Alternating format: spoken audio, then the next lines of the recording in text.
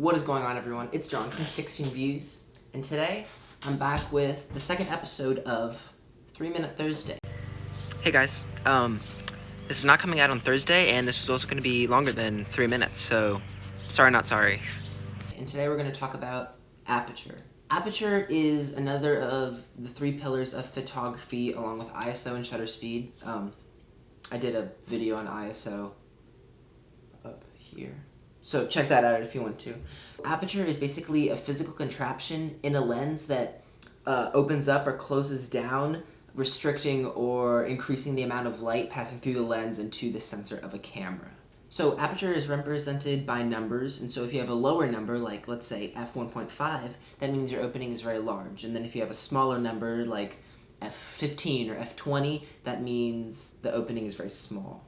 This is f1.5, which is as wide as this lens can go, and I guess most lenses. And if I switch it, it can increase to f22, and you can see it closes and lets significantly less light in. If you're still a little confused, that's totally okay. Think about it.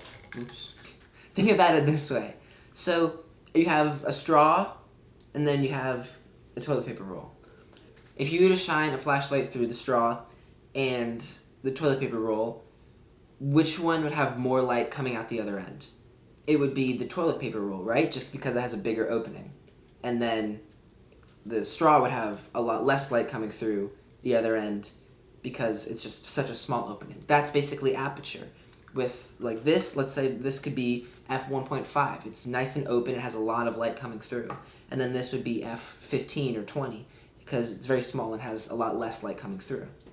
And you would change your aperture around, like let's say you're trying to take a photo at night and you don't want to increase your ISO too much and you don't want to increase your shutter speed, so you would just open up your aperture a little wider so it's letting more light in a smaller amount of time. You thought you were done. No, we're not done.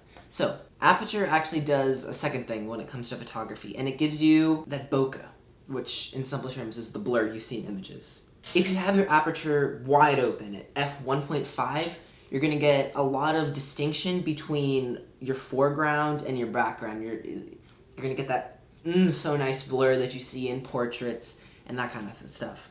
If you close your aperture down very small, it's going to allow you to have everything in your image in focus. Everything is going to be basically in focus. It's all going to be very crisp. You're not going to have a very big distinction between your foreground and your background. And there's not really a good or bad thing about either of these. It's really just what you want your image to look like.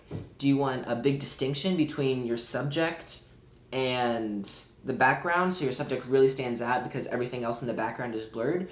Or do you want to take a picture of, let's say, like buildings or something, and you want the buildings in the front, but also the buildings, 3 or 4 blocks down to also be in focus? If you have your aperture wide open, you get a lot of blur. If you close it down, everything's in focus. It's really up to you.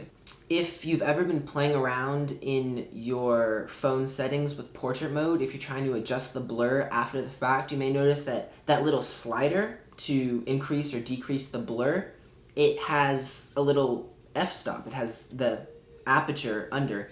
And this is basically what it would look like if you're shooting on a larger camera.